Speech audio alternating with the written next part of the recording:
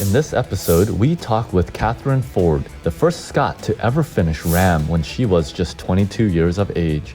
She started endurance cycling when she lost her driving license to epilepsy in 2005, and ever since then, her bicycle has been a tool for her to achieve some sense of independence and adventure.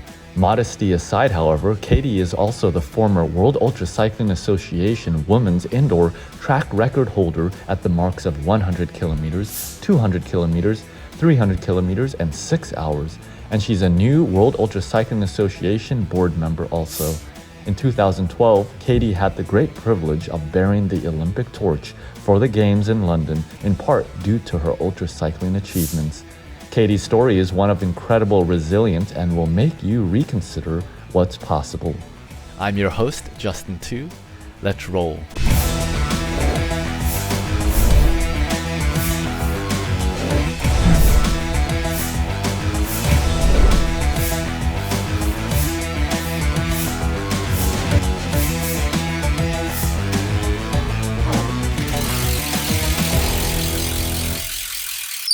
Hey Ultra family, Justin Too here, your host today of the Ultra Cycling Show.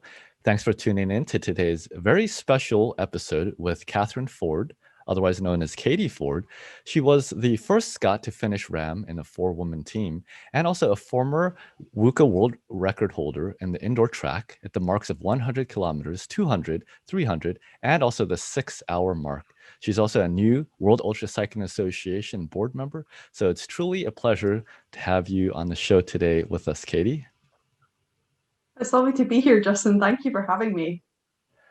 It's so exciting because you are another young and also female ultra cyclist. You have been for a long time. So I'm sure there's many stories, many lessons to learn. And I'm just so excited to be both joining the WUCA board here in 2021. Yeah, and it's lovely to be chatting to you as well. Just obviously we're in a very similar situation in that sense. So yeah, it's a really exciting time, I think, for women's ultra in general. And it's just lovely to be a part of it as well. Yeah, most definitely. And we just released an episode a short while ago with Lou Gibson, also from the UK.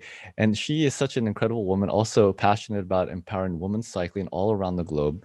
And so it's truly a privilege to continue to give a voice to the mighty woman of our sport and to hear about the accomplishments and also what you have planned for your future. Before we get into your whole backstory and all the amazing achievements that you have accomplished through the years, over a decade's worth at least, we'll start with a short sprint round of questions. Fun way to get to know you in a nutshell. Of course, there's so much to look forward to in discussing. First question, of course, is so how long have you even been riding a bicycle and when would you consider that you became an ultra cyclist?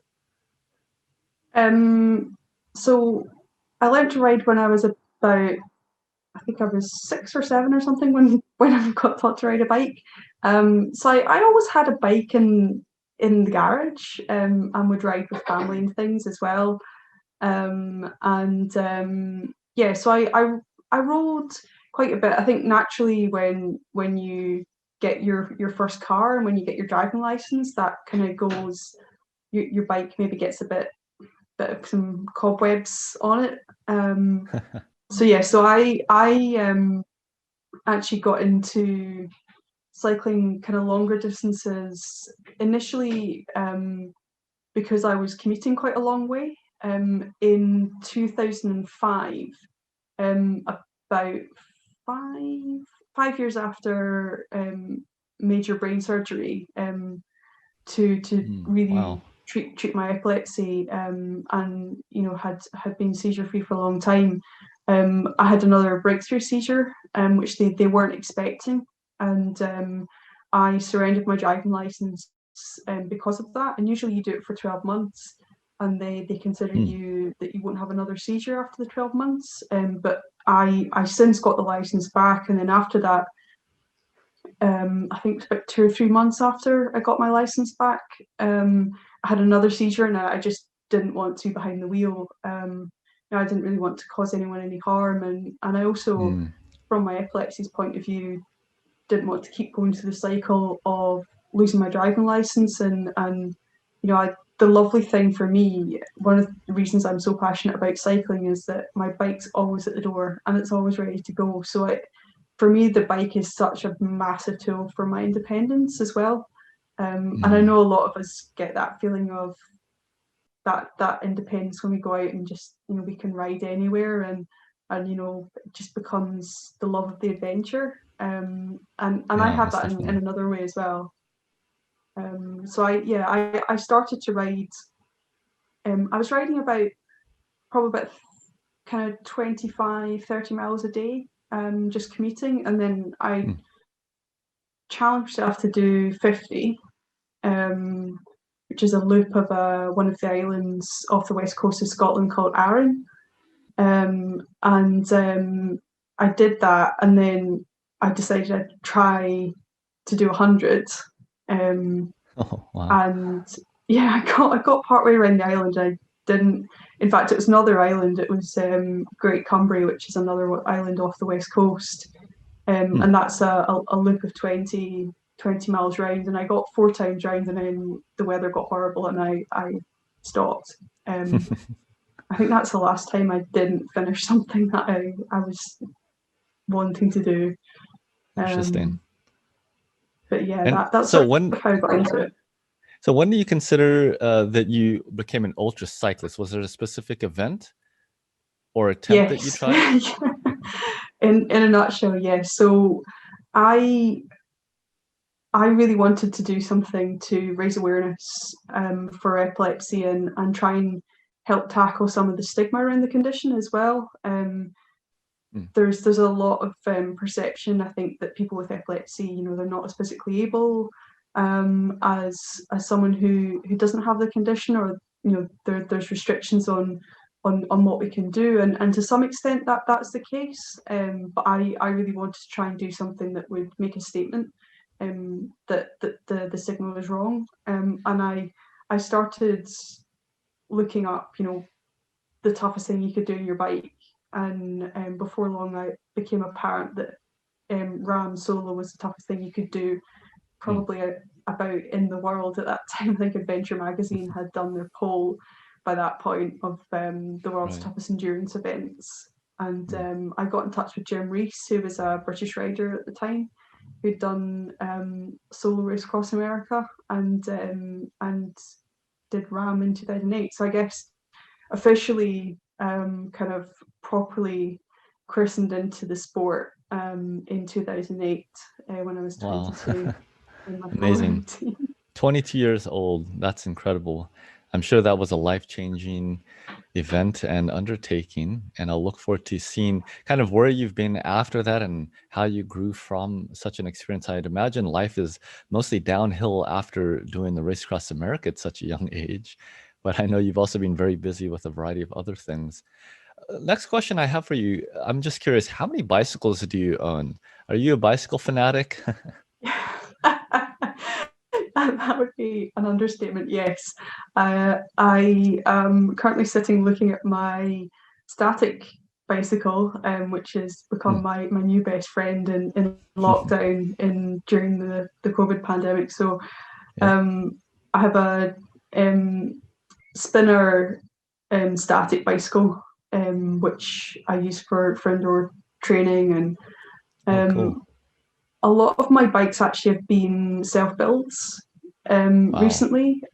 So the bike that I probably ride the most, which is sitting outside my front door at the moment, is a self-build, and it's decked Hmm. out with Campag Super Records with the 12 speed there. So it's Nice. lovely to have Wow, the that's so gears and cool. Geez, I'm drooling here. the yeah, and it's great. It's just I love the science of frame design, and you know Hmm.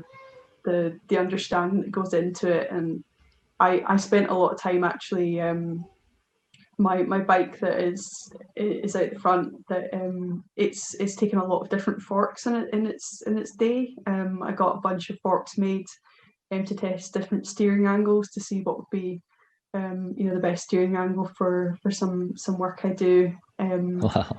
for my own business to kind of master the design as much as I can with the steering. If anyone's interested in bicycle design, they'll actually know that there's no such thing as perfect maths for your steering angle. But it's something I'm really fascinated with. So I really love the technology and the advancements. And I think the thing that is a really interesting thing as a bike designer is the understanding I have as an ultracyclist. That actually there comes a point in your ride where being happy is the thing that improves your performance more than anything else. And that having a good mentality is just as much a contributing factor to your speed as it could be, the aerodynamic position that you have, or the aerodynamics of the bike and those kind of super time trial bikes and things. So actually you kind of think about things and you think about potholes and stuff like that, and sometimes rides can just be a bit miserable. So I'm trying to innovate a little bit around the fibre that composite bikes are made out of as well, and kind of I've been doing research and stuff like that. That's so fascinating. yeah, no, I love it. And yeah, I've got my track bike is next door as well, which is the 12-hour bike. Oh, that's so cool. So you're very much entrenched in the world of cycling and a big fan yourself. And that's really cool when you can enjoy the sport. But I like when you say, being happy is very important as well. And it's one of the factors, and perhaps something that people overlook. And it's easy to kind of drive yourself into the ground with training and other things. And it can be mentally draining and ultimately could drag down on your overall happiness as well. So having that balance is important. Couldn't have said it better myself. Now, curious, what bicycle computer do you use? Garmin and Wahoo are popular brands? So I use Garmin. So I've got a Garmin Edge, and I would go out riding with. I've been able to use Scottish Cycling's pedals to get my kind of like very heavy data, to get the kind of functional threshold data and all sorts of other types of data off for my track ride.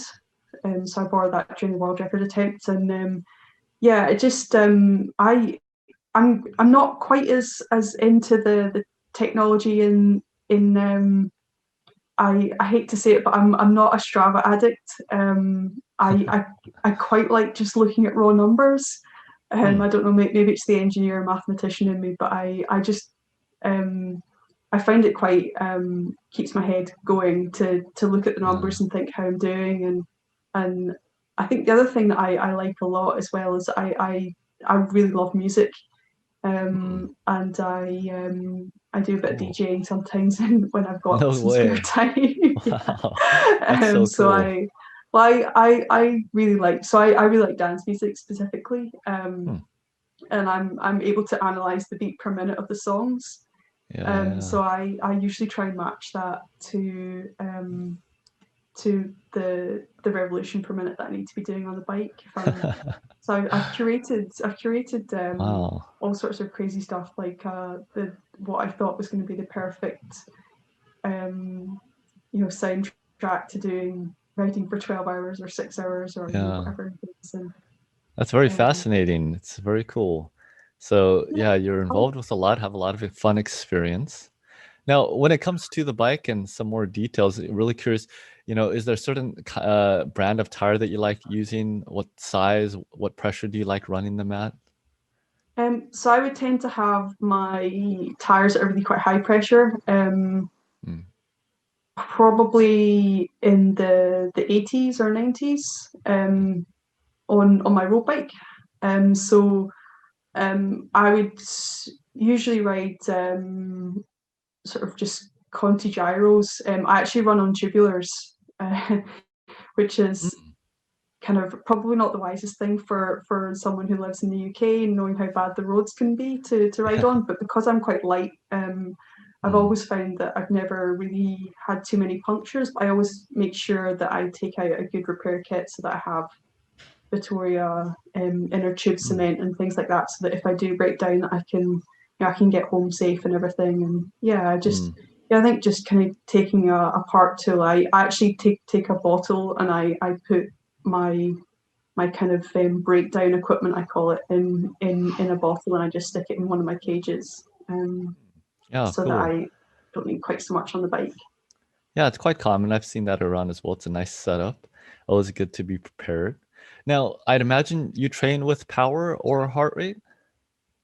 I think it depends. I mostly do heart rate because I've done a lot of spinning in the past, and it's the one thing that I found that really improves, particularly my hill climbing, Hmm. but also my my ability to push at a really high level, and to get the watts out and keep the revolutions per minute high. So I tend to use heart rate mostly. Yeah, so I have used power in the past. I work also in energy, so I'm used to kind of Oh, hearing yeah.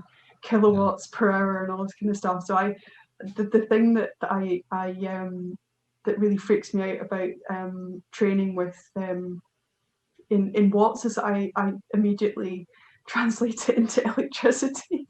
So I That's kind of hilarious. it just annoys me because I sit on the bike thinking I could be powering this amount of stuff in my flat and I'm not.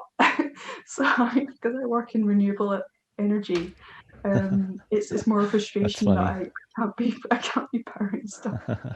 Um, but Yeah, fascinating what goes on in your mind and based on your experience and things. Well, okay, when you're riding, curious what you like eating on the bike, favorite snacks, favorite hydration, what do you like drinking as well? um, well, the food is actually quite interesting for me because I had a really bad incident off the back of one of the rides that I did, which was a 12-hour world record attempt. I actually got overhydration, and it was during the static Guinness 12-hour world record attempt. So I have a lot of data actually from that ride, and I remember looking at it, and I could see when the overhydration, which is called hyponatremia, started to set in, and really was starting to take effect. So one of my go-tos is anything with really, really high sodium. I quite like Hmm. stuff that I can make into little food parcels just to eat. So I had when I was on the velodrome, I had a box that I made out. I kind of cut down an IKEA box and sort of put Velcro on it, so I could just basically I had it on my time trial bars, and I could pull the Velcro off and throw it away, Oh, and cool. then kind of put it back onto the bars and kind of tighten it and things when I was eating. Hmm. So what was great was getting food parcels that were things like prosciutto or like parm ham because it attaches to itself. Hmm. And so I could create little balls of, like rocket or Oh, I yeah. don't know, just whatever I needed and whatever I wanted, but also wrapped around a massive amount of sodium, which was Hmm. the issue for me with the overhydration was I went into a seizure. Hmm. And actually, I Wow. think we're not even sure if it was an epileptic or non-epileptic seizure. Hmm. But that had some quite dangerous side effects of sending me into rhabdomyolysis, which is a much more serious condition. And Hmm. that was as a result of having very, very low sodium and potassium. And I Wow. think, well, the thing I always took away from that situation was that I would usually crave sodium after I'd done a big ride. I never realised how much I liked plain salted nachos until I Hmm. did the London hundreds, and Uh-huh. they were about the saltiest thing on offer, and I just was absolutely stuffing my mouth full of them. That's so Um, funny. And I must say you have some of the classiest snacks that I've ever heard of on the show. Prosciutto.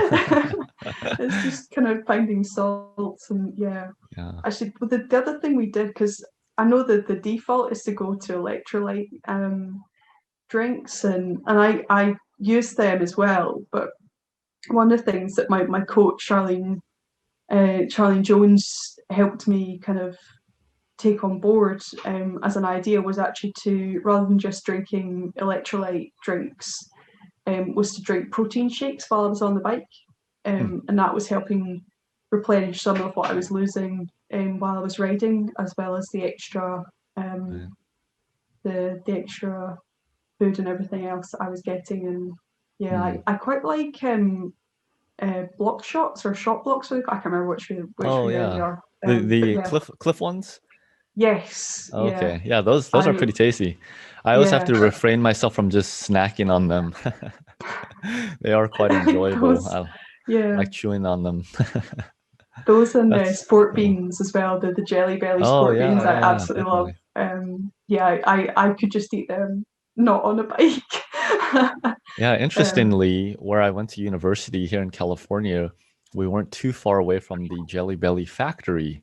And so we would do Jelly Belly rides, and we'd go there, pick up a bunch of them because you can get them fairly cheap, and also all the little reject ones that aren't quite round, or all those things. And we'd always enjoy the sport beans also on the ride home. So can relate with you on that.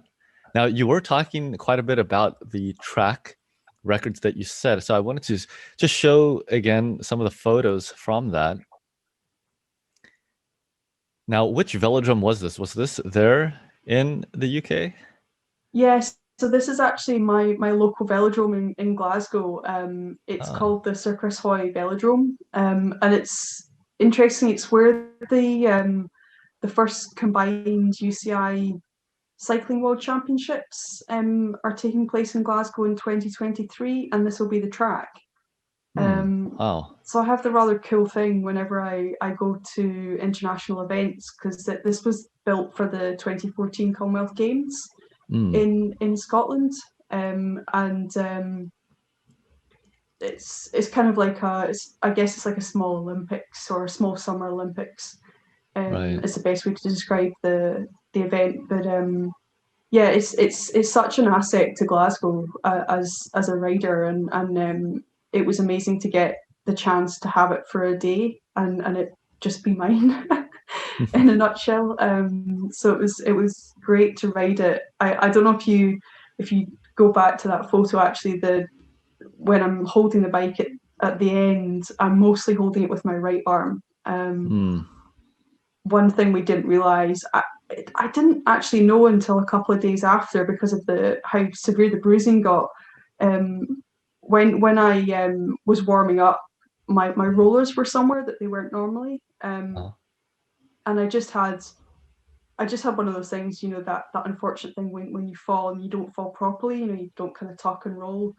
And I put my arm out and I fractured my left elbow 10 minutes before I started the ride. So I rode the whole thing with a fractured left radial head in my elbow. So the chances of me breaking Anna's 12-hour world record were 0, I think it's safe to say. Wow, that's incredible. Yeah, a lot of adversity always when participating in any kind of ultracycling event, and it's always about trying to push forward. Sometimes it can happen, sometimes it can't, but of course there's a lot to learn in the preparation and also the whole process of that. Now, I wanted to give folks a context for some of the places you've been talking about. So you had mentioned that there in Glasgow is that velodrome, and so of course here in the UK, up here in the northern section, and of course we've had many guests across the way in Europe. Of course, our co-host parts of Europe, I think. Yeah, I can imagine. Of course, our co-host Christoph Strasser from Austria over there, and an even smaller country below that, Slovenia. A lot of strong riders. So there's no lack of competition just amongst all of you Europeans there. And of course, across the pond, as I think you guys call it, is the United States. Yeah. So yeah, you've had so much experience in all that you've done, and I look forward to talking even deeper into the track records, also your RAAM relay team. But a few more questions that I would like to know. One fun one, what's one of your favorite post-ride meals? Like after you did the record, after you do some long century, double century, or even the Race Across America, what do you crave? What are you looking forward to eating and just pigging out on? I'm not sure I want to admit this, but it's Domino's pizza. Oh, I love like a pepperoni pizza. wow. Um, That's cool. yeah, I'm really ashamed to admit it, but I quite like eating pizza. It's yeah, I Well, if I it makes you think feel any better, I think at least half or more of the guests on the show have mentioned pizza. And to be honest, I guess since we're in the mood of confessing things, a few days ago I had some pepperoni pizza myself. And in fact, it was a double pepperoni, so there was even more so good. sinning. And now that one was from Round Table Pizza. Do you guys get that out there?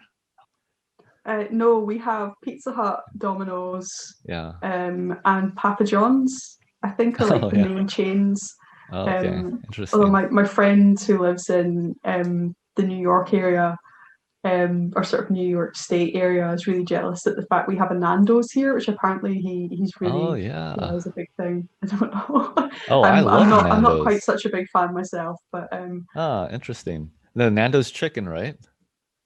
yeah, I believe so. I haven't been there much, but Huh. it's just a bit of a running joke in the UK that it's their hot chart has turned into the COVID stuff. But yeah, Oh, just that's hilarious. the kind Okay, of now danger if I term. wasn't drooling enough, here's some idea of some Nando's chicken Yeah, that actually, I that's Googled. quite good. Now I see Yeah. that. Yeah, you know, and the reason why I know of it and I love it so much, if I go back here in the Google search, is because it's actually from South Africa originally, and that's where I'm originally Um, from. So I personally love Nando's chicken. Interestingly, I did see a Nando's in Washington, D.C. after I did my charity run in 2014. It was a little different. It was more upscale. I'm not sure that they have the same kind of, kind of faster food chain here in the US or anywhere else, but I've kind of seen some similar ones. I don't know if it's like a licensing deal or how it works, but whenever I'm visiting family or on business there in South Africa, I love having some Nando's peri peri chicken. I didn't know there was such a thing as an upscale Nando's. I don't know if I'm allowed to say that, but yeah, no, Yeah. I think the thing that I learned with post rides as well is that if you crave something, eat it, because Oh your yeah. body's just going, oh, I need sodium. Even if you're craving pepperoni, it's your body saying, oh, I need some salt, or I need this, or I need that, or I need some protein, or you know, Hmm. um, yeah. Just I think listening to your body is such a big lesson as riders. We should really do more of that. Yeah, couldn't agree more. It's so important. And of course, through all the experience as an ultra cyclist, you learn that as you go along. Unfortunately, in the beginning, you may learn hard lessons. I know I have myself, and it does take time. That's why experience and just time on the saddle makes quite a difference. And if you're trying to attempt something like you have, the Race Across America, some things you may not even realize in the preparation, just thinking about it, even speaking with people, some things you may only realize when you get out there. And maybe on that subject, anything for you when you participated in the Race Across America on that four female team? Anything that you just had no clue to expect and you were just shocked or surprised or maybe even excited to have seen out there on the roads of RAM? Oh wow. I think there's one really strong memory that I have that I think I'll never forget as long as I live, which is when I was in Kansas. So I was doing a shift in Kansas. Now I was on the bike, and I remember the crew saying that it had been radioed into us that the time station had blown away ahead of us. And Wow. it was amazing because behind, when you're doing RAM, you obviously have your follow vehicle, so you know you're safe at all times. Um, but Hmm. kind of in the distance behind me, there was a huge thunderstorm, kind of almost over our heads, but thankfully not immediately. And when you look to the north, so kind of to your left as you're riding straight, there was a tornado line in the distance, and you just have no concept of how far away it was. And then I don't know if this is an optical illusion or whether it's just another tornado, but there was another one and it looked about the same distance away to the right-hand side, to the south. Wow. Yeah, just kind of being in that kind of chamber of weather, I think, and you Hmm. know, the headwinds were difficult, but I think the situation was so extraordinary that I'll never forget that. Hmm. And in a weird way, I just really enjoyed that because it just felt like you were in nature at that point. And it Hmm. was really incredible. The view was phenomenal. I quite like thunderstorms actually, so I quite enjoyed it. Um, Yeah, yeah, very true. There's so much wilderness out there and so much beauty mm, in Mother Nature, and it's yeah, it's amazing to be able to go across the country and do a road trip out there. And of course, when you're doing it with some good friends and perhaps even some family members, and doing it for almost like a mission, going across, and it's a great experience. Now, curious, do you prefer the climbs, descent, rollers, or the flats when you're riding? so I think in order of um, I look forward to the least to I look forward to the most. Look forward the least to the hill climbs, Hmm. or certainly did when I was when I was riding and training for RAAM. Hmm. Flats was quite happy with them. Always had quite a good aero top position as well for headwinds, but I love descents. Um, Oh, wow. one one of the things that I realised in hindsight, and actually it was through watching the, I think it was an Oscar-winning documentary, or at least Oscar-nominated documentary, Free Solo, which is about the Oh, yeah. climber who was doing the climbing without ropes. Um, Yeah, Alex Honnold, I believe is his name. yeah. Jeez, I Well, was sitting in the theater with sweaty palms. I wouldn't have been out, as I understand, because I don't know if you remember from the film, Justin, but when he had an MRI scan, they scanned his something called his amygdala, Hmm, which is yeah. what the part of the brain that processes your fear. And for me, I know from all of the neurological tests that I've had down the years, that was actually the part of my brain that was causing my epilepsy. It was where the scarring Hmm. was in my head. So, um, Oh. as I understand it, my fear processing is slightly inhibited Hmm. by that. So I don't know if that's one of the reasons why I love the descent so much. I've fallen over loads, but I Yeah. just love the speed of it, and I think it's the freedom Wow. of of going down. I was nuts enough, but I it was a straight hill that I knew really well, and I knew that there was going to be a long flat at the end, and there was no kind of 90-degree turns or anything Hmm. dramatic like that. But I did actually do one of the Superman position. Oh my So goodness, you did. I lay flat on the saddle once, and it was such a laugh. I had such good fun. Wow. That's insane. I've seen some videos on YouTube and Facebook before of people doing that, and that is just crazy. Well, I guess needless to say, you are an adrenaline junkie, Yeah. even just your physiology. And I think I've tried to pull up an image here quickly. Now, I think so. It's this one here, right? Here on the right Yeah. side. Now, before I know, like when they're doing the 1 hour records and stuff, I can't remember the guy's name, and he had pioneered a different kind of Superman position in aero bars, these ones here. But the Yeah, this one is you the did was Flying actually Scotsman. these Yeah. crazy ones here where you're actually on the seat. Yep. Wow, that's Yeah. insane. It's really good for course. It's really good for training your core strength. I Wow, don't know and if it should come with a hazard warning. did your parents know you were doing such a thing? I think it probably would have been No, good to they give them a do heart attack. now. um, Wow, that's no, pretty fascinating. it was just a bit of fun. I'd seen it so much that I thought I tried it. I'd try it because I was Yeah. doing planking and things at the time, so I Huh. knew I had a decent core strength. Well, very Um, fascinating. I think you might be one of the crazier people on the show. okay, That's good to Now I'm know. curious on the subject of downhills and descending. So you are an adrenaline junkie, but I'm wondering, do you remember what your maximum speed down a hill has ever been?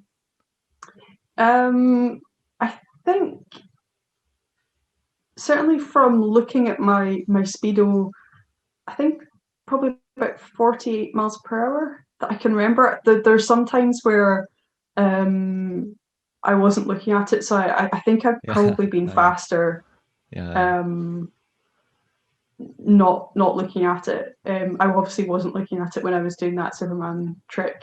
Well, But I hope not. no, Jeez, yeah, that's insane. I How was do you even thinking. get out of that position? That's what I want to know. So you just have to kind of work out how you're kind of pulling back and sitting back up and on the saddle and focusing on that first, and then getting your feet back in. So it's mostly getting your feet back in that I found was a bit of a pain.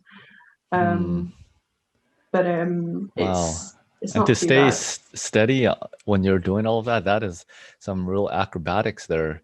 I mean, even for myself, on occasion, I will sit on the top tube and tuck going down on a, not a super technical descent, but even that gets me some really sweaty palms as well. So not sure that I'll ever try that in my lifetime, but good to hear of others doing some crazy things. Now, Katie, really curious, when do you enjoy riding the most out there during the fall, winter, spring, or summertime? Oh, definitely the summer because it's not especially warm in Scotland, but Hmm. it's beautiful in the summer. And one of the things we're really lucky with here is that in the summer we have incredibly long amounts of sunlight. Um, so we can maybe only have about kind of 2.5 2 hours of proper darkness during the winter.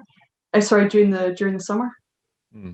Um, so yeah, for me, kind of riding in the summer in Scotland is just heaven, and there's such incredible sunsets. Being on the west coast here, it's beautiful, and I Hmm. love going around the islands and kind of just riding them and kind of doing those little routes. And yeah, it's great actually. It's really nice.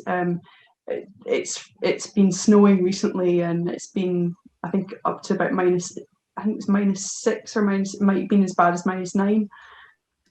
Just in the last week or so here. So obviously we get quite harsh winters. And it can be quite difficult to ride, certainly on a road bike, with the kind of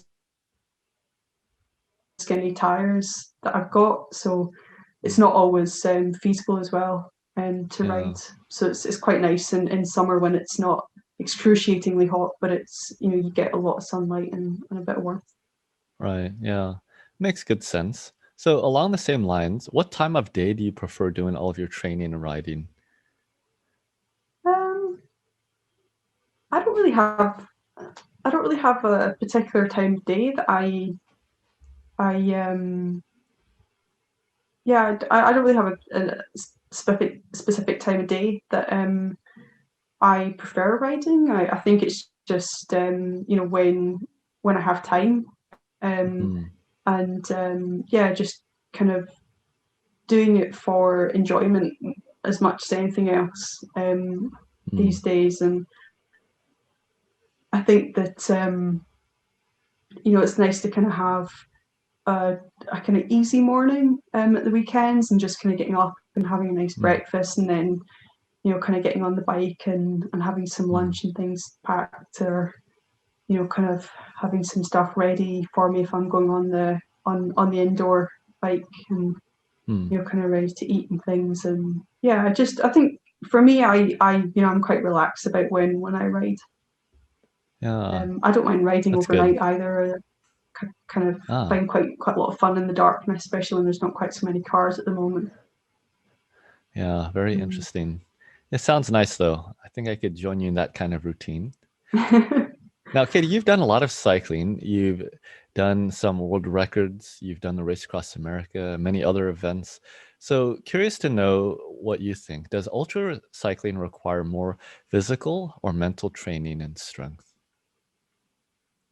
um, I think to be competitive in breaking world records, it's always going to require a lot of physical training.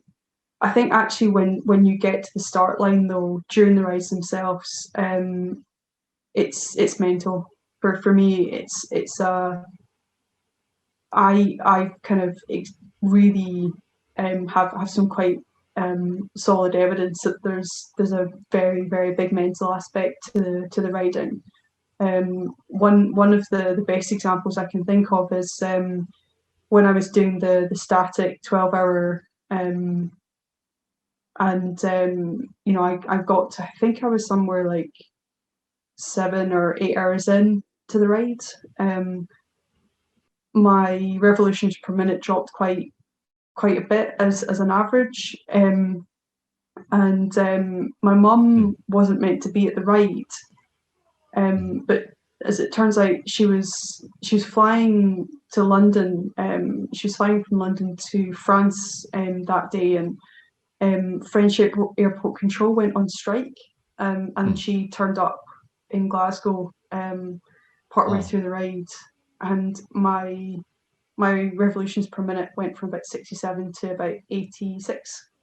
Wow. That's so Just cool. from someone that's really close to you, kind of going, oh my god, this is amazing, you're doing really well, this is great, Yeah. and just kind of giving that encouragement. And I think as well, the other thing that I realised during the 12-hour on the velodrome was that there was the pain stairs, I think is the best way to describe it. The first time that I don't know if you've kind of been through this yourself, Justin, but I think for me certainly, the first time you hit a wall of pain, the first one's always the hardest to get over, I think, in terms of, you obviously still have a long way to go.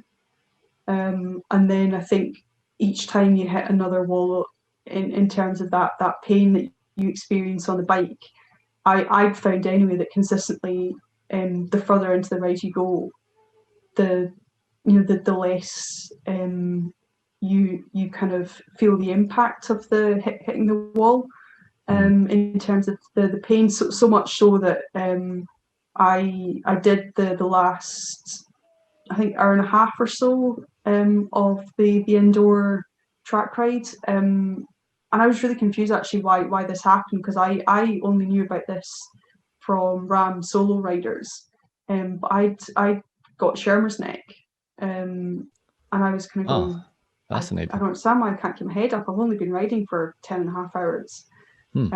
But because I was in the tuck position all of the time, because I couldn't, my left arm wouldn't let me put my arm straight out in the outer bars.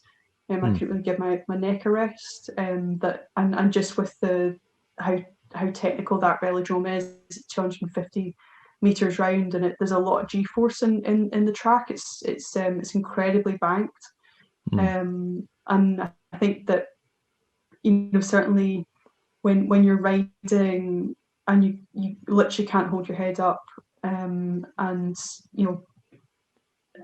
I think part of me didn't want to know that there was something wrong with my elbow. I think probably in the back of my mind, I knew something was really up, but I think at that point I was so committed to finishing that ride that I said jokingly to my crew, you'll have to carry me off this track for me not to finish.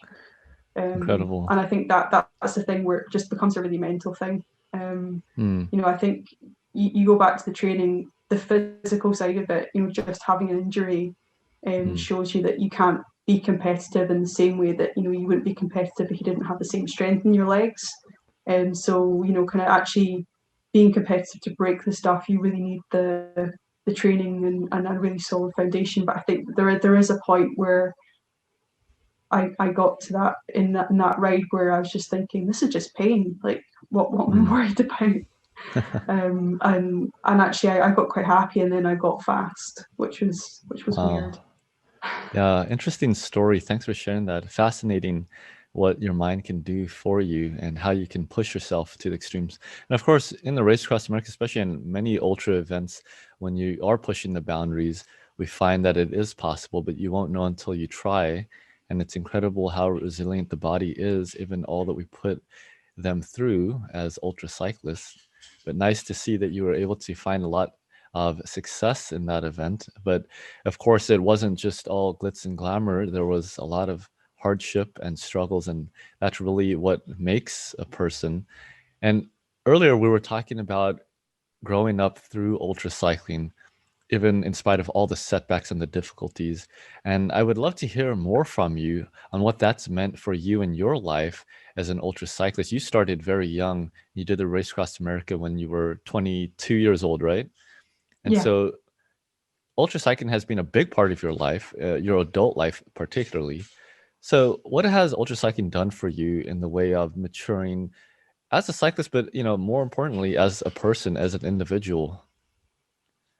I think one of the things that it's really given me is a lot of self-confidence.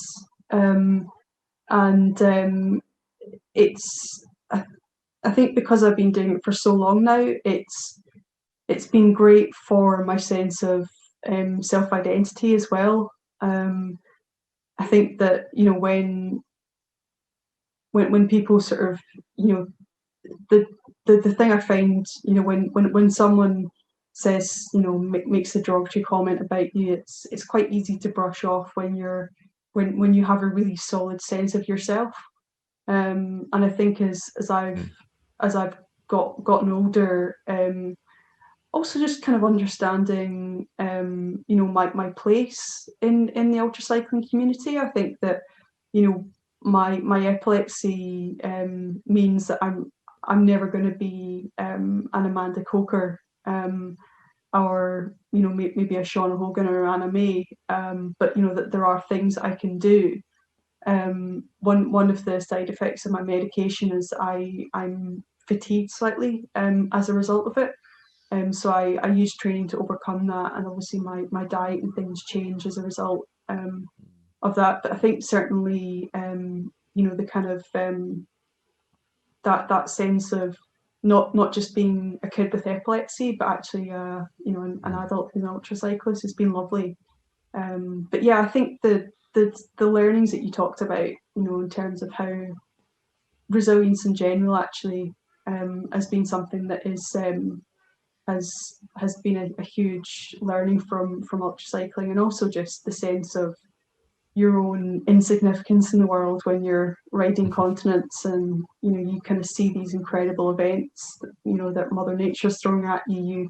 You realize that you're just a fragile human being, and that there's a much bigger world and everything. And it's lovely. I think it's great, and I think the thing I really like about ultra cycling as well is there's such a wonderful community, and it's been lovely to see over the last 15 years as a spectator at the start, and as a rider, and then maybe a spectator again for a bit, and kind of more recently as a rider, just how much it's developed as well and how much it's grown.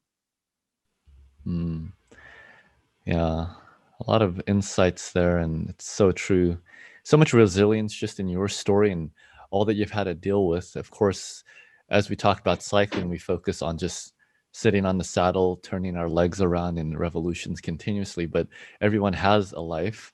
Even for those who are pro cyclists, there still are other things in their life, families, friends, communities that they also have to deal with, and hardships that come around, whether it's health wise, maybe it could be financial, logistic reasons that you can't make it to the starting line of something. So it is really incredible to get to the start line of anything that you do. And of course, you've done a variety of things. Kind of talking about starting points, I did want to show this nice photo here of you, actually, 2012 London Olympics. Tell us about this. This looks very special. It really was, and I again, I go back to the fact that I owe ultra cycling so much. It was half of my nomination, as I understand, to carry the Olympic flame. The other half being that I was the youngest trustee on the board that was the organisation that was regenerating the 1948 Olympic Velodrome in London. But the fact that ultra cycling very much has a place in my nomination. I'm so grateful for, because it was the most incredible experience. It was quite surreal actually, because I think you watch the Olympics growing up and you see the flame being lit, and you know, being from a background where I studied sport at university as well, you know, I just had such an understanding of the importance of the symbolism. So to be able to have the honour of carrying the flame was absolutely incredible. It was That is truly amazing. something. I Um, mean, who can really say that they've done that? That is so cool. Wow. um, yeah, I really wanted to. I tried to find where the nearest traffic lights were actually on the route, because Huh. I really wanted to get the opportunity to dust down one of the bike lanes live on TV. And so I gave the paint that was the bicycle a little bit of dust. And the security guy was sort of wondering what the hell I was doing. But That's so awesome. yeah, I told my friend about it, and he had the camera with him, so I think there was a picture Yeah. taken of that as well somewhere. That's so cool. You know how to have fun. But yeah, very special memories indeed. Now, I'm curious, you're still quite young. And for those who don't know, how young are you? Justin, you should never ask a girl her age. No, I'm kidding. I'm 30. Well, I'll be 35 in April, so I'm almost halfway to 40. Or are you just halfway from 30? Who knows? Yeah, definitely. So there's still a lot of road ahead for you. So I'm Yeah. curious, what is on your bucket list? You've done so much already, but I could just imagine with the ambition that you have, with the drive, the type of person that you've become through ultra cycling and all of your other experiences, what on earth is in store for Katie Ford in the years to come? Um, I think my bucket list, certainly for this year, my bucket list is the Larry Schwartz Award and the year rounder. So I'm Mm, hoping to do that. If not doing the rides on the indoor bike, to make sure that I kind of do a bit of both. But yeah, I think that's certainly the immediate aim. And for Longer those who aren't term, familiar, those are WUCA classifications. So describe those for the viewers so that they can learn more about it. And also, if they go to ultracycling.com, we could pull that up really quickly. Of course, you have joined the board of the World UltraCycling Association. yeah. And there's a lot of resources on this site, and in fact, a new site under development. So give the viewers a bit of an understanding how they might be able to participate themselves. Yeah, so it's really it's really easy, and also the great news is it's still January. So in terms of the makeup rides, there isn't any at the moment. As long as you get your first one done in January, you obviously could do one in February, and do an additional one as a makeup ride. They're called, but it's essentially the aim is to ride 100 miles in a single ride every month of the year. And I think for me, that's that it really shows an ability to to kind of have that consistent love of the bike. And I probably have done it maybe bar 1 or 2 months Hmm. before, maybe a couple of times, but I think it was just nice to have that feeling of a target, especially in lockdown. I think as well, it's kind of gives me a lot of structure at the moment, Hmm. and kind of discipline in kind of making sure that I'm doing lots of physical exercise. Hmm. So yeah, so that's essentially a kind of, I guess, a whistle stop tour. As I understand, it can be done on an indoor bike, Hmm. and essentially you're looking to get Strava data over to the records chairman. So you fill in your form and you send over the data. If it's likewise, if it's on the road, your whether it's a Garmin or whatever computer you're using, you'll be pulling that data and sending it over. And yeah, it's kind of just making sure you're filling in the forms, and that you're registered. It's really easy to register. You just kind of become a member, and you can choose to do the year rounder as part of your membership. Yeah, Um, cool. Thanks so for yeah, explaining that. Yeah, exciting. There's a lot of ways to get involved and stay excited about ultra cycling. So a good way to have some fun competition amongst the ultracycling family all around the world. Now, Katie, curious about your training week to week. How much are you currently training? What does it look like for you? When are your rest days? So for me, I would usually ride in the evenings, just because of my work. So I would do probably about maybe like a couple of hours every night, and have Sundays a rest day. And then I'll kind of try and do a few 50s in there, so maybe sort of 3 hours of riding, and obviously with going for the year rounder to get my hundreds in there as well. I'm hoping to. I think my slightly more ambitious aim is to try and doing the double century division. One of the things, and people can find it on the website, is there's different divisions within the year rounder, and also you've got the highest annual mileage as well, which is another yearly competition. So it's cool, and it's lovely to have those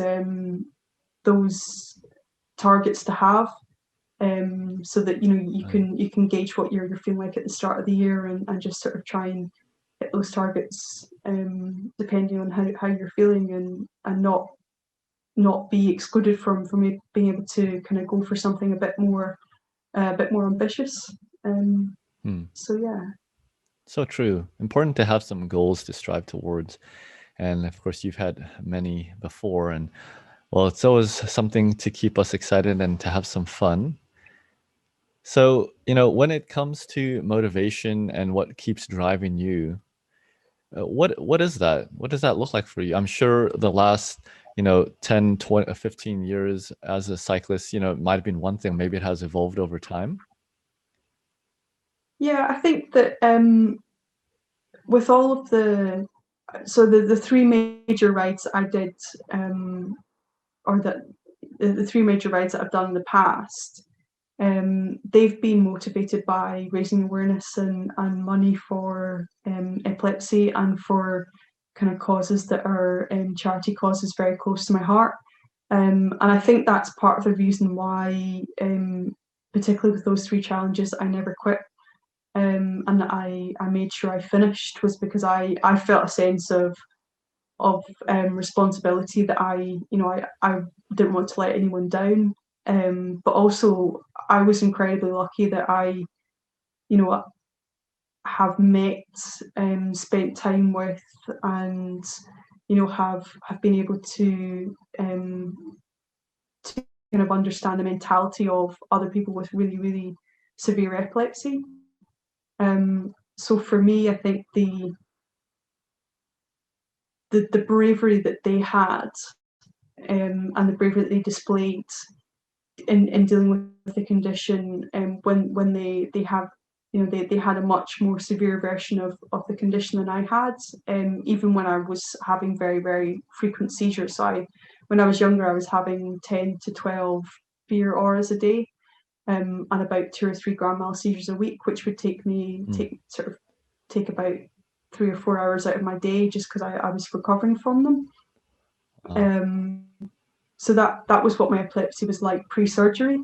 But even then, when I was in hospital, I still remember those patients that were just going through like a different level of epilepsy than I had. And I think one of the things that really focused my mind, I had a really difficult point in the Appalachians in Race Course America, where I remember it really distinctly as being the lowest I got in the race.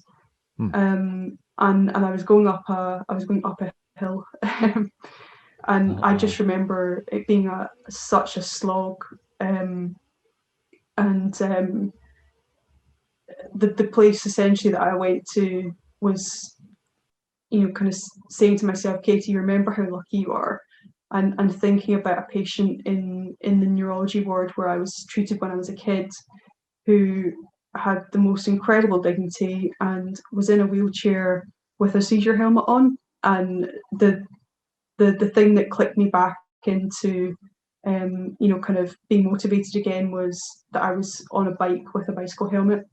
And that was my privilege, I think, is the best way to describe that. And so I'm quite lucky, and you talked earlier on, is ultracycling mental, and I think that certainly from my motivation point of view, the determination that I've found when I've encountered real pain or real discomfort and kind of real mental struggle during rides has come from other people who have epilepsy, who've just inspired me in so much, in terms of their bravery and things. And yeah, I think that's it really has it really helps you get out of a hole mentally, when you have that to dig into, I think.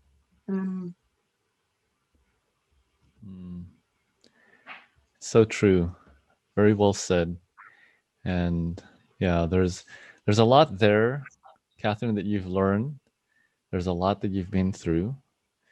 What do you think for most people that they don't realize about ultracycling? Whether it's a non-cyclist or a non-ultracyclist. I think the thing people probably don't realize is it's not as hard as people think. I don't know if I'm saying that because maybe I'm built that way. I don't know if we all think that, and actually we're just built a bit differently. But I think that when I first thought about hundreds, I kind of thought, whoa, okay, that's a long way. And when I started it, and I actually began to kind of build up to riding hundreds, the closer I got, the more I realised that actually it wasn't this incredible feat that I had in my head. So even riding hundreds, I think is really, really achievable. And I think that's probably something people maybe don't realise about the sport is that it's much more accessible, I think, than people realise. Yeah, that is true. And like you were saying, just no matter what circumstance you find yourself, health condition you may have, that it is possible. Just give it a shot, and you'll be surprised to see what you are able to accomplish. So I think it's very true, and it should be a bit of good news for those who may be on the fence to start cycling in general, or even considering signing up for an ultra cycling event, or perhaps pursuing a world record as you have done before. I think it very much is possible. And through that journey, you'll definitely learn a lot and develop as a person and as an athlete. For you, who are your ultra role? Yeah, and a goal, big goal. Just give it a go. Yeah. So true. Yeah, why not, right?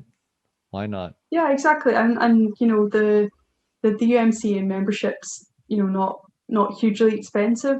I don't think, and it's accessible from that point of view, and the likes of the big stars in ultracycling are really accessible to kind of understanding and giving insight into how to train and everything else as well. So it's fabulous. It's a great time to get involved in ultra, I think. Yeah, I would say so myself, and looking forward to seeing what you're able to do, pioneering the way on the WUCA board. It'll be fun to watch and see how the sport does evolve. I think there's so many directions that the sport can go, and it continues to grow, and it has ever since I've been involved with the sport around the same time that you started as well. And so it is an exciting time to be an ultra cyclist, and there's so many wonderful people all around the globe, including yourself. So it's been a real pleasure to be able to just hear a bit of your story and scratch the surface. I did want to make sure that we looked at your Race Across America photos more closely, because of course that's a big accomplishment, and many ultra cyclists around the world are familiar with the event. So who were these other girls that you did this event with? So Kerry is I guess she's on my left, but on the right on the photo is next to me. And Kelly is the furthest on the right, and then Lauren, who's not quite as tall as me, but almost is probably the tallest of the Americans, the three Americans that I rode with, is in the middle of Kerry and Kelly, and it was really interesting actually riding with Americans. It's a really cool thing to do. It was actually overall a British team, but Jim's network kind of was very in depth in America, and we got the 3 other riders from the States. They That's so decided cool. to put the Scottish one in the first time station, which I think was an error because I'm the palest member of the team. One of the things I remember actually was we went into a pharmacy in Oceanside, and they were giving out free zinc samples. And we just put loads of the stuff on our noses. I certainly did.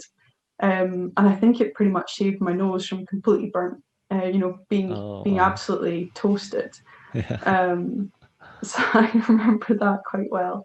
That's But it hilarious. was, just kind of I guess like little things like that, like something like really, really bad sunburn could really ruin your race across America for you. And, just that extra discomfort, or, something where there's a seam or anything like that is always one of those little things that you'll probably say, oh, I wish I did that differently. And, I think like the zinc trick, it was a complete accident that I got the stuff. So I'm very glad I did. That's so funny. Yeah. Strange how things happen sometimes.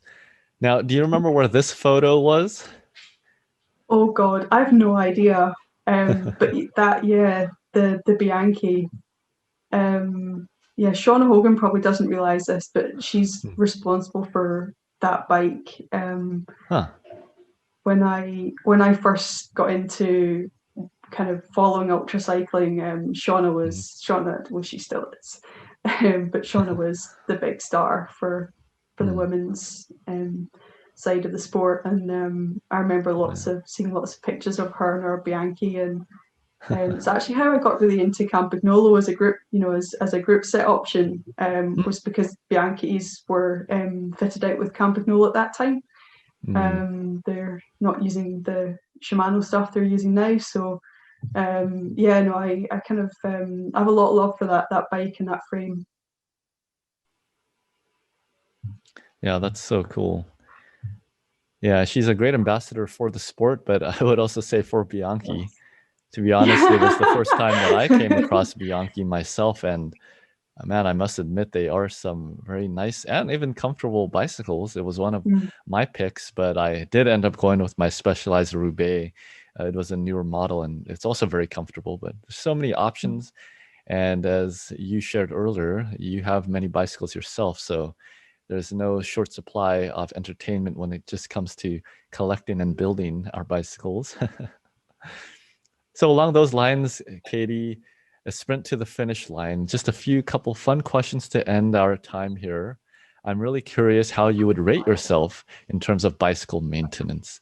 1 being not so great and 10 being exceptional. Now I will just pause before you answer. We have had a -2 on the show, and on average, I'd say about 3, 4, or 5. So don't feel bad if you have a low number, but I have a inkling that you might be on the higher end of things. So I've built bikes, so I would say mine's pretty good. I think I would if I wasn't in a 9 or 10, I don't think I would have a chance with my company, because I'm not just looking at the whether the derailleur's on straight, or the front mech's sorted or anything like that, and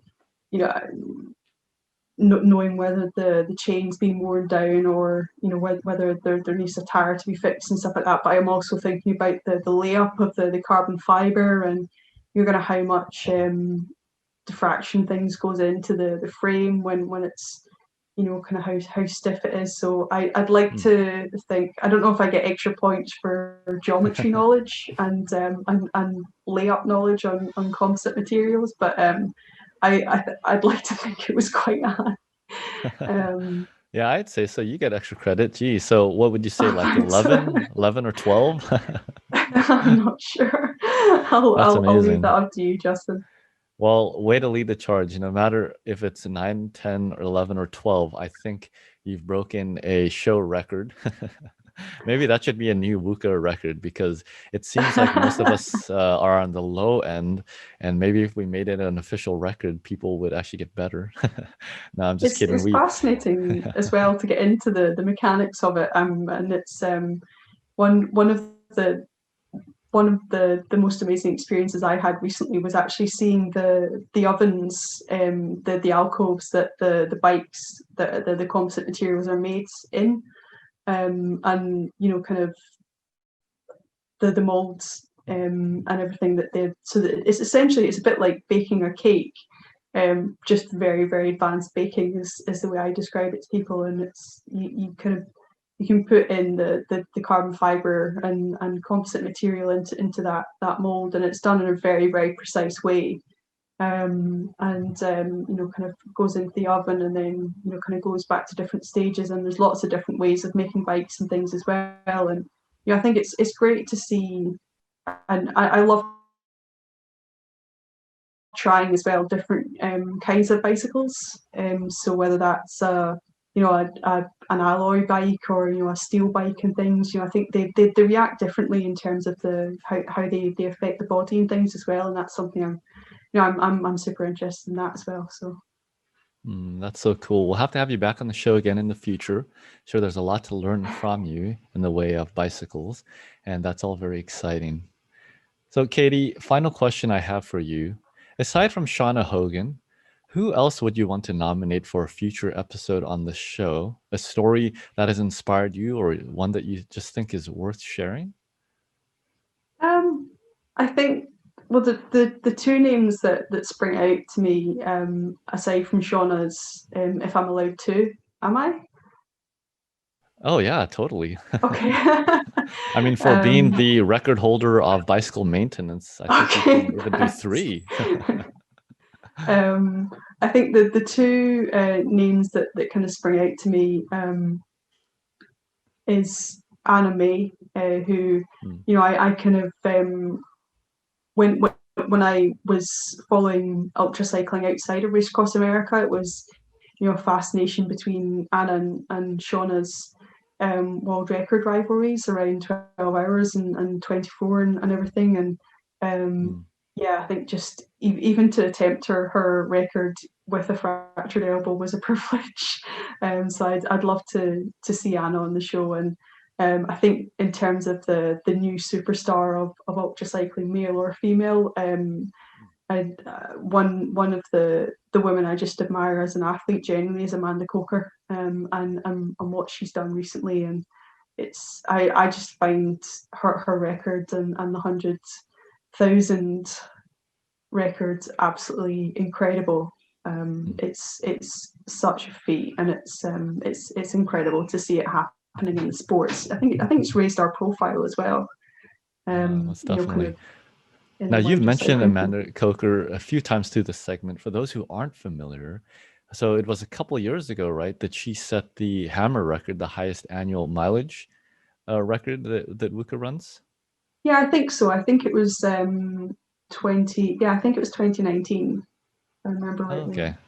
Yeah, not too I long don't know if it ago. was, yeah, no, it was 18 or 19. I can't remember. Yeah, and talking about records, kind of just closing out on the segment, I did want to take the opportunity to show folks on the current, the WUCA website, ultracycling.com.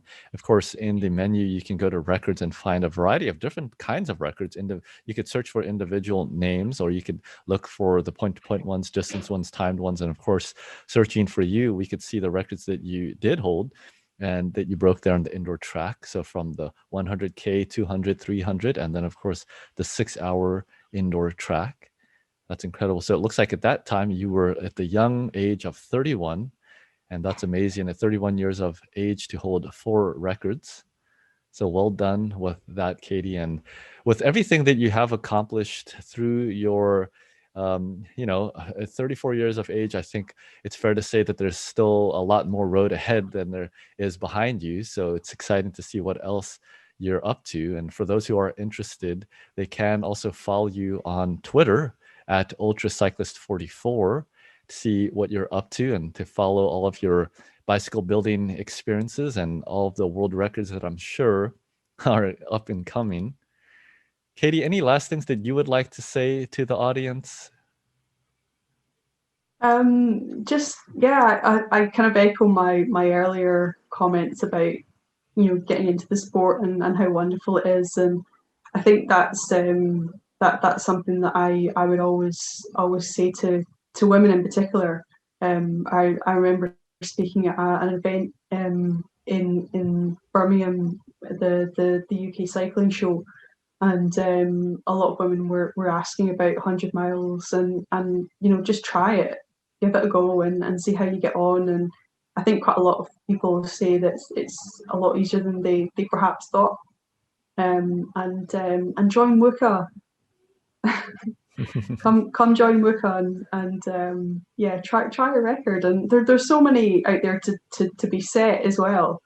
Yeah. As you'll see from my record page, it's old, so I love the fact that Anna went off and very quickly smashed all of the records that I had set. Yeah, it's Yeah. great to see how competitive the sport is. It's so true. The fun and friendly competition, of course, we all know with all the guests we've had on the show and all around the world, we can be serious and focused and competitive, but at the same time, the beautiful thing about the Ultra family is the support of one another. I think just from knowing and understanding the pain and the struggle and the preparation that's required to get to the starting line of an event, that's what just makes it a beautiful sport. And I think becoming a WUCA member is more than just for oneself. I think honestly, it's just a way to help advance the sport altogether and to keep supporting a cause that is so important to many lives, like yours. Of course, in your story, we've heard so much about what ultracycling has done for you, both as a female, but also just in general as an ultra cyclist. And I think for those younger riders like ourselves and those even younger up and coming, our support of organizations like WUCA and just signing up and showing up for events or attempting world records or just participating in the sport does a lot for people that we may not even realize. You've shared some examples of, the role models in your own life, Amanda Coker, Anna May, Shauna Hogan, and others, and they may not even realize that. But the thing is that we're all watching one another, and there's a lot to enjoy. So thanks for taking the time with us, Katie, today to share a bit of your story again. I know there's much, much more, and look forward to having you back on the show again in the near future. I'm sure there's going to be something that we're going to be able to discuss amongst all the things that you do. So thanks again for your time. And thank you as well, Justin. And it's wonderful to have the founder of the Ultra Cycling Show as one of the board directors. I really look forward to serving with you. It's great, and I think for both of us, I'm sure you would echo this. If anyone wants to get in touch and ask anything about WUCA or wants to put forward their ideas, please do, because we're really open to hearing them. We really want to be so true. Yeah, that's what I keep servants. telling people too. We all in this together, and we want to make it a sport that we could all love and enjoy, and more so over all the years. So definitely for those who are watching, join us in this adventure of ultra cycling, and it's so much fun. I think Katie's story is one of true and incredible resilience and proof that anything is possible. And like she said, so why not give it a go? Until next episode, everyone, keep spinning ultra.